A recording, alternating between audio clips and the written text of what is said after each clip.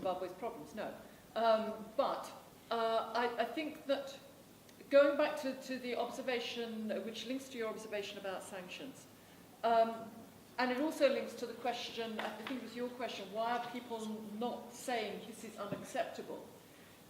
The need for investment is underlying all of this, I think. So people don't keep saying this is unacceptable because they've got one eye on investors. And they don't want to do too much laundering of dirty linen in public because it might put off the investors. And then we've got Sidera, and as long as that's in place, then you're not going to get the debt restructuring through the IMF that's needed. And without that, you can't go back to the Paris Club and renegotiate that. And that means that the kind of investment that the external investors who care about external debt, we know there's a massive problem with internal debt as well, but put that to one side. External debt is where the international community and international investors can renegotiate debts and so on. But what they're interested in is certain kinds of investment, and they have an idea that everything is about jobs and growing jobs and so on, linking to the question of what can young people do. That formal sector in Zimbabwe, even if there were no sanctions, even if the external debt gets renegotiated, is just not going to grow fast enough to be able to resolve that problem. The problem, again, with the kinds of people who are advising and thinking about these things who don't know Zimbabwe, is they think the rural areas are full of backward chiefs and headmen, and that's a phrase that I get from the archives that is still being used now 100 years later. That they are conservative and they just vote ZANU because ZANU has paid them off with command agriculture. And instead, there's a lot of very, very exciting things happening in the rural areas. And I know people who have moved from town having been unable to get jobs and moved to the rural areas and have built lovely big houses and their children can walk to school and actually their standard of living is better. So that's not true for everyone, but the point is that we need more conversation about the rural areas because that is actually what Zimbabwe is all about. And let's not forget that the solution to disappearing water that goes along with climate change, one of the main solutions that's now being adopted by people who do dry land management throughout the world, what they're being taught are the systems that were developed by Zephaniah Piri in Zimbabwe. We have people in the rural areas in Zimbabwe who can do amazing things, but nobody ever looks at them. And nobody ever invests in them except for command agriculture, which is interpreted by roads. So I think we have a responsibility to change the conversation, not just in Zimbabwe, but across Africa as a whole. External investors are buying up huge, huge, huge swathes of African land because they know how valuable it is. And I think we need to think about informal agricultural economies and not just what the investors want to make us think about, which then they use as a lever to try and get political concessions. Right. Before I get back to you, I think Alex has a few questions to answer. It got a bit heated. No. And there were questions about the process of democracy in terms of demonstrations and participation of young people. And obviously we have in the audience someone who feels that young people are being denied to participate in the political structure.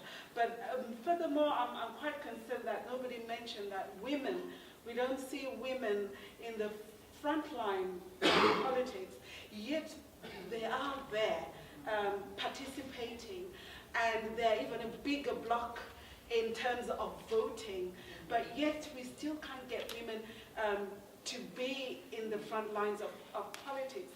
Those are the challenges we have in Africa, and narrowing it down again in Zimbabwe.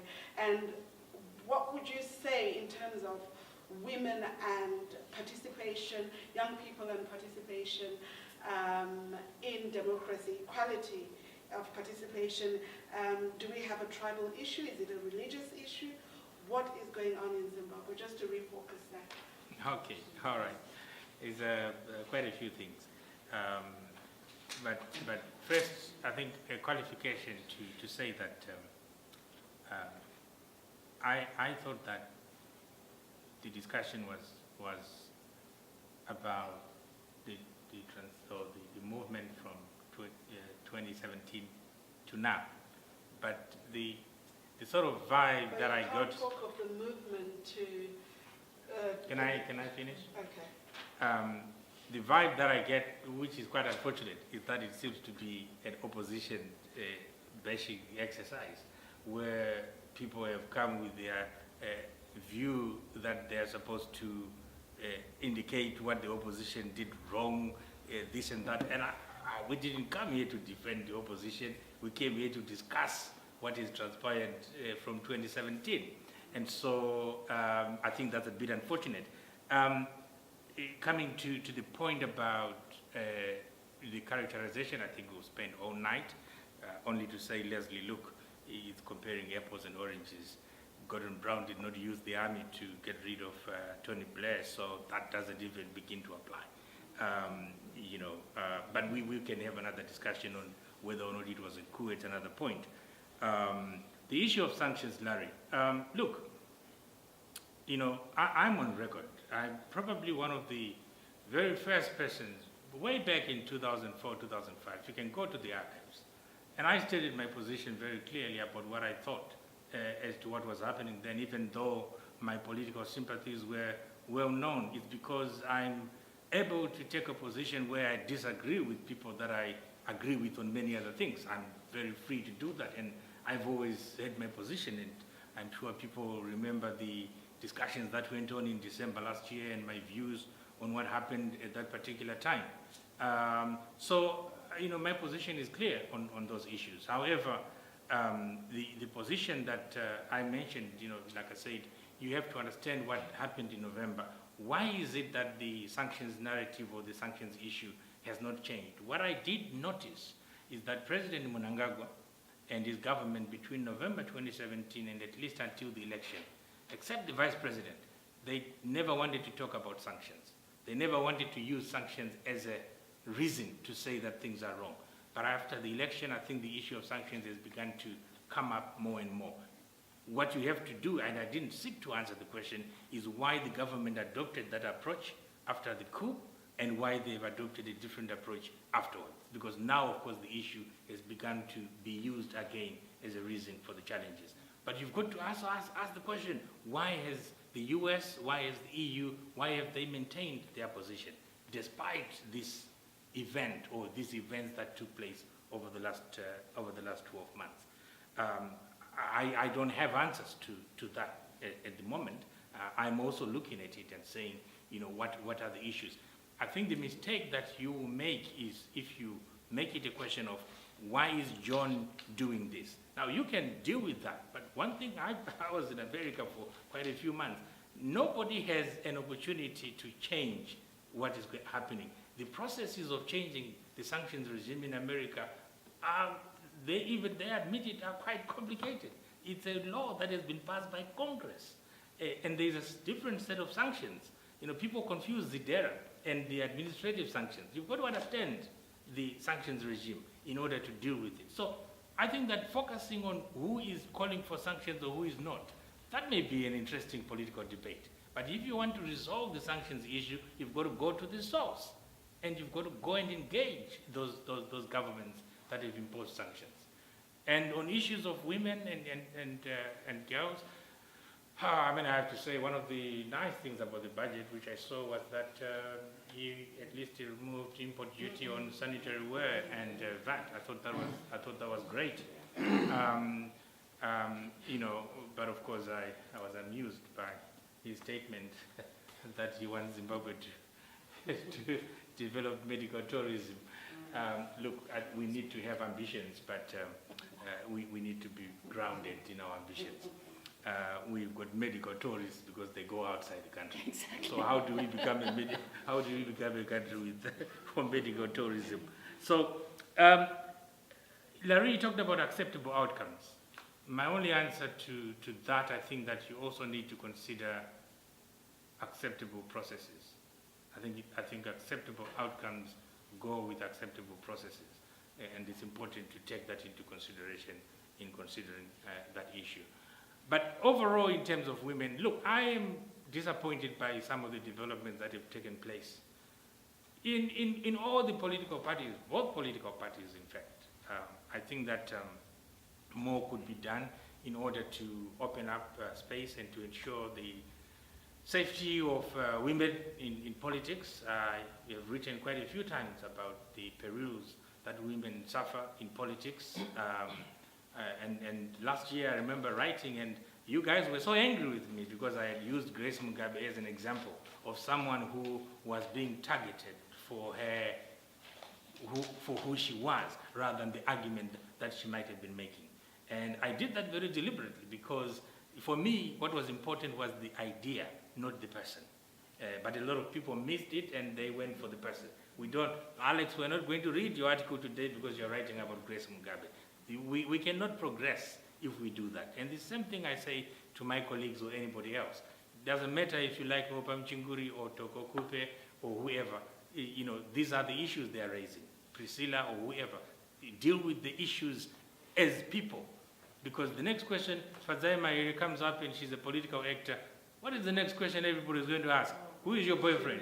Are you married? When are you going to get married? I mean, what is that nonsense about? You know, So it's not conducive enough for women to feel free. well, it's not, I say it's not a safe environment. And I think what is important is to create those mechanisms that help women. But that can be done by us, the actors, the political leaders. They have to take a lead. They have to be at the forefront of ensuring that there is safety for women, especially these young women. I mean, I try as much as I can to use my voice to defend people like Fadzai and others, but I think that there is more that can be done.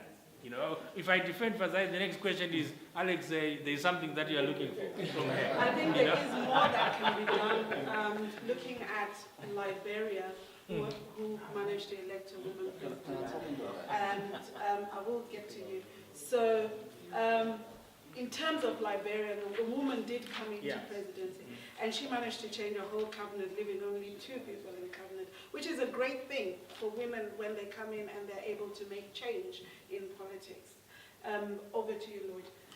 Yes, my colleague Alex, the issue here was not to try and put this as a ZANU-PF MDC issue. I think this thing is a Zimbabwean issue. As Zimbabweans, we need to situate our discussions, and we need to realize that before we're anything else, we're Zimbabweans. Before we're political party functionaries. So at some point we tend to lose the argument. When we take America for instance. America's got this interesting piece of legislation they call the Logan Act. What that says is that any citizen without the authority or the express authority of their government goes and negotiates with a foreign government. That is a criminal offense. Do that in America, go back to America, we'll arrest you. In our case, we have our own citizens that do exactly that, and they still come back to Zimbabwe. But the impact of their visit abroad is felt by the citizen on the ground. Those are the sanctions. Yes, we've got the ZIDERA, and then we've got the executive sanctions that are renewed every other year. But the point is, we have citizens that are not responsible citizens, and that is the reality. You know, at policy level, as we speak right now, there's even a discussion of having our own patriotic act, because we've got citizens that are irresponsible with their citizenship. It's one thing to discuss issues of who should be in power and who should not be in power. But the moment I go and sit with the foreign government and say, look, my country's A, B, C, D, can you do this? If it was America, go back to Zimbabwe, they will arrest you. So these are the things we need to look at. We are Zimbabweans first before we are political party functionaries.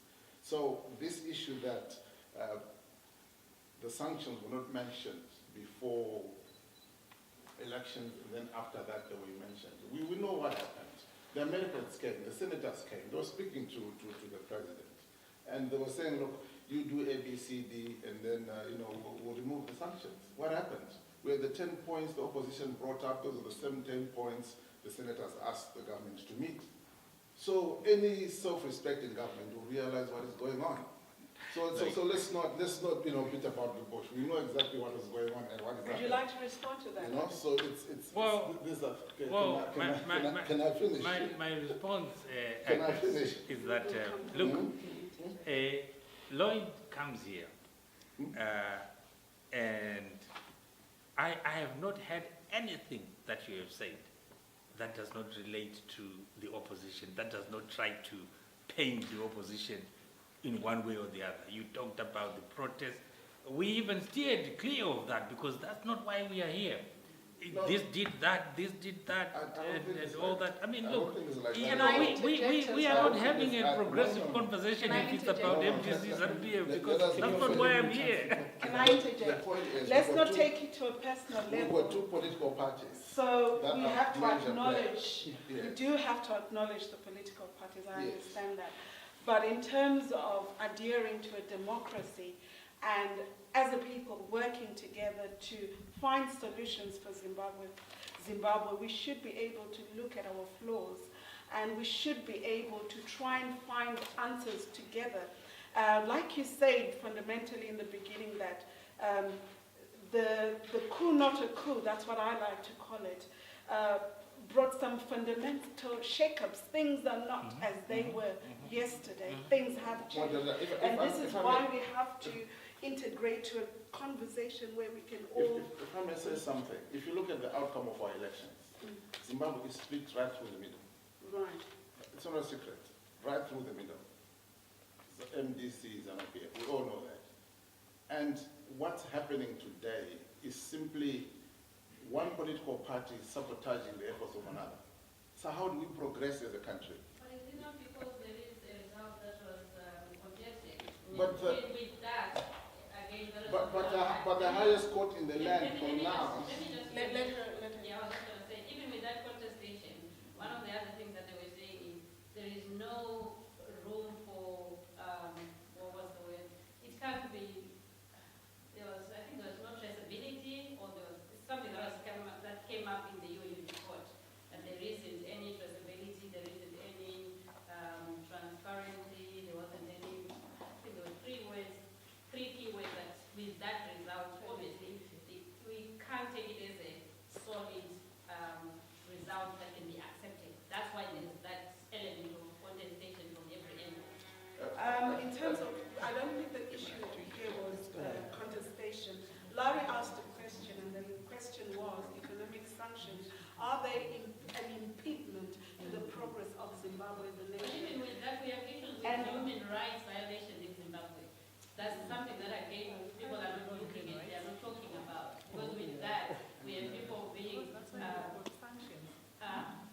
and with that, I mean, that's something that is very... So are you saying, as Zimbabweans, we should hold our country to ransom? not necessarily hold it to ransom, but... Here we have a president who is saying, we have a president who is saying, this is a new dispensation. We have started a new leaf and we are adhering.